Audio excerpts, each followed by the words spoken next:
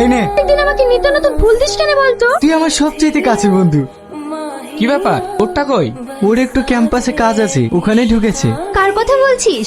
ওর আবার গার্লফ্রেন্ড 5 বছর ধরে শুধু বয়েই বেড়াচ্ছে, এখনো বলতে পারেনি। আমার ভালোবাসা আমার মধ্যে থাক। ওইদিকে রাশিদের গার্লফ্রেন্ড ঝগড়া করছিল, ওই দেখছিলাম। আচ্ছা রং, তোর কাউকে ভালো লাগে না? তোর পছন্দের কেউ নেই? আছে তো, কে বল না। তুই। আর কি পারিসনি?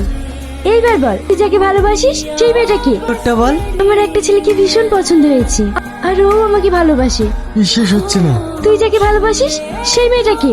আমি কাউকে ভালোবাসি না, আমি তো তোকে আর কি মেরেছিলাম। তুমি এসেছো, এটাই আমার বয়ফ্রেন্ড।